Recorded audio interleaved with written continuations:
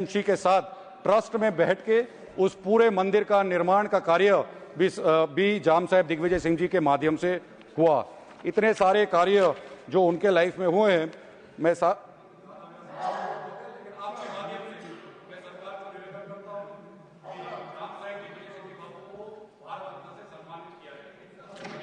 Dr. Dinesh Sharma ji, I am calling you. I will give you time.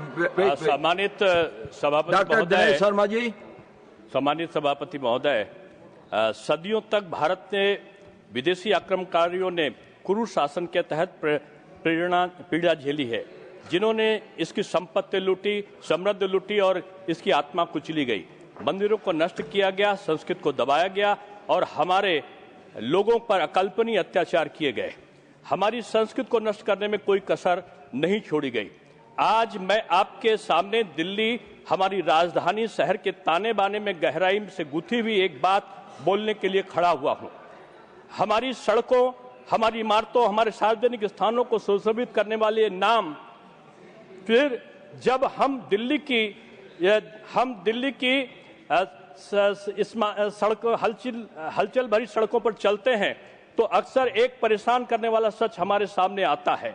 इनमें से कई नाम अधीनता के अतीत की गूंज हैं, विदेशी आक्रांता का जश्न मनाते हैं, जिन्होंने हमारी पवित्र भूमि पर आक्रमण किया और विदेशी शक्तियों के रूप में हम पर शासन किया। यह केवल चूक नहीं है, यह एक औपनिवेशिक मानसिकता की एक बची हुई छाया है, जिसे कुछ लोग गुलामी की मानसिकता कह सकते हैं।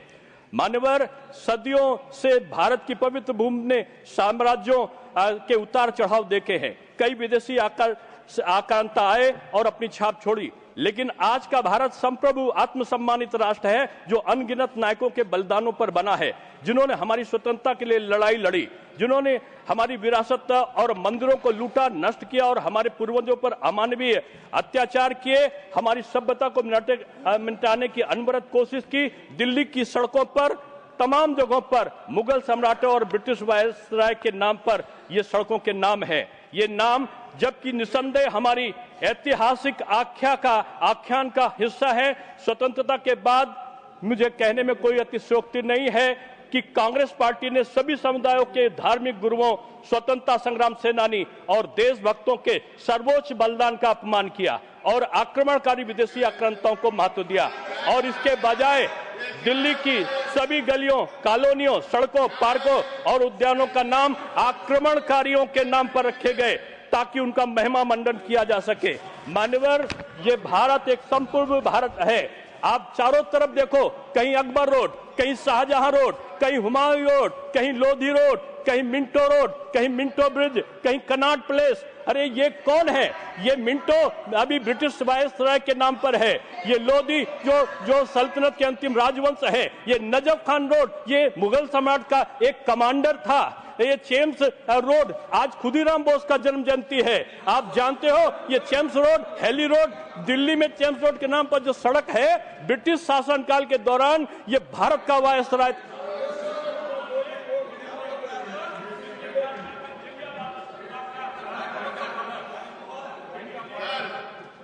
please, all should be very particular to the subject only. Please stick yourself only to the subject.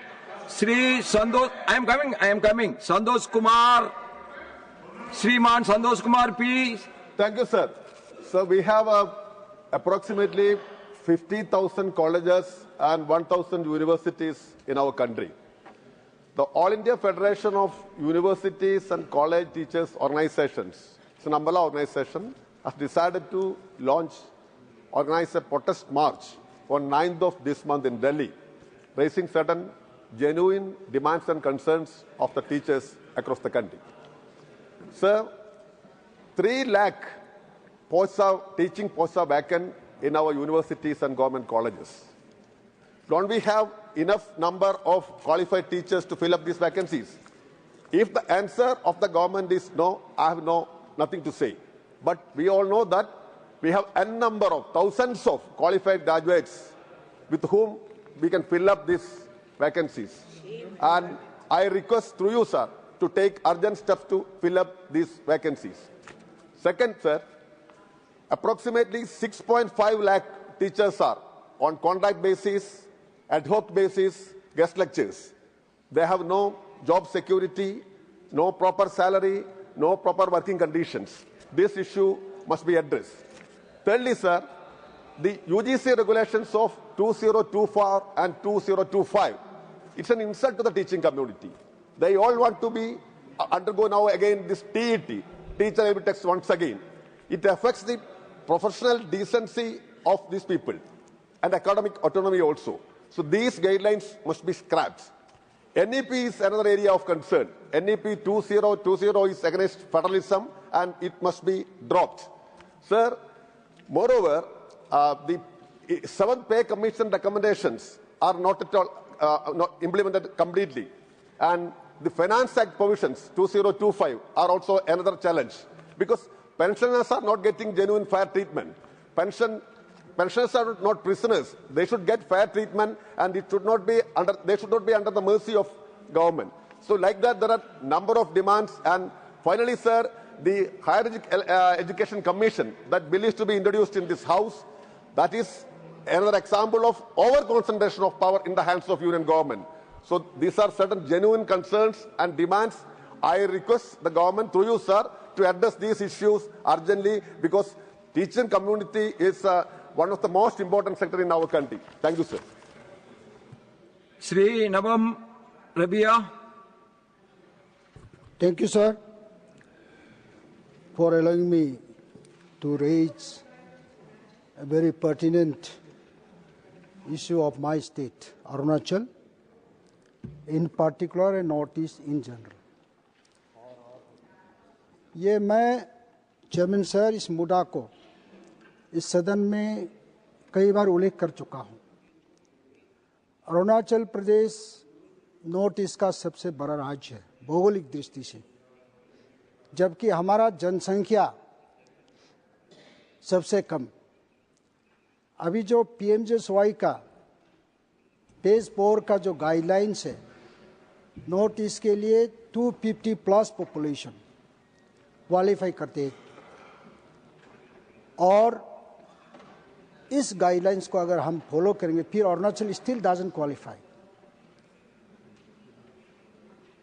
हमारा अगर 250 प्लस हैबिटेशन में हम जाएंगे तो hardly 84 habitation areas will be benefited, eligible. More than 500 villages will be still left, unconnected. Therefore, ये हमारा request है कि जब एक राज्य इतना बड़ा राज्य है, पॉपुलेशन सबसे कम है, अभी माइग्रेशन तो होता नहीं, आजकल जिस जगह में हैं वहीं रहेंगे, तो इसीलिए जो पॉपुलेशन क्राइटेरिया फॉर अरुणाचल अंदर PMJSY फेज 4 अरुणाचल के लिए 100 प्लस रह दे। एक जो आपका जो लेफ्ट विंग जो एक्सट्रीमिज्म एरिया में जो एप्लीकेबल होता है वो अरुणाचल के लिए भी एप्लीकेबल हो, ये मेरा एक डिमांड था। And I think I am really grateful government ने नॉर्थ ईस्ट के लिए 250 जो क्राइटेरिया रखा बहुत अच्छा है, और भी आगे रिलैक्सेशन के लिए मैं रिक्वेस्ट करता हूँ। यही था। Thank you very much.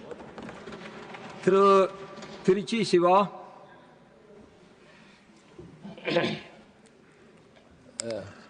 Mr. Chairman, sir, today being the International Day of Persons with Disabilities, I thank you personally for having given me the opportunity to speak on the same subject during the 0 hour. Sir, I think this is the right time to recall that these people who are being called by different names, disabled, people with disabilities, persons who need special disabled, all these things. Our late leader, Dr. Kalaignar, when he was Chief Minister, he changed the nomenclature to differently abled persons.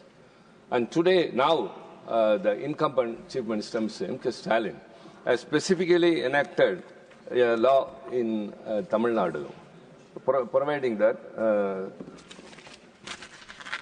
as ensured specific legislation and rules, notably the Tamil Nadu Panchayat's notification of persons with disabilities as members of the Panchayat, town panchayats, councils, and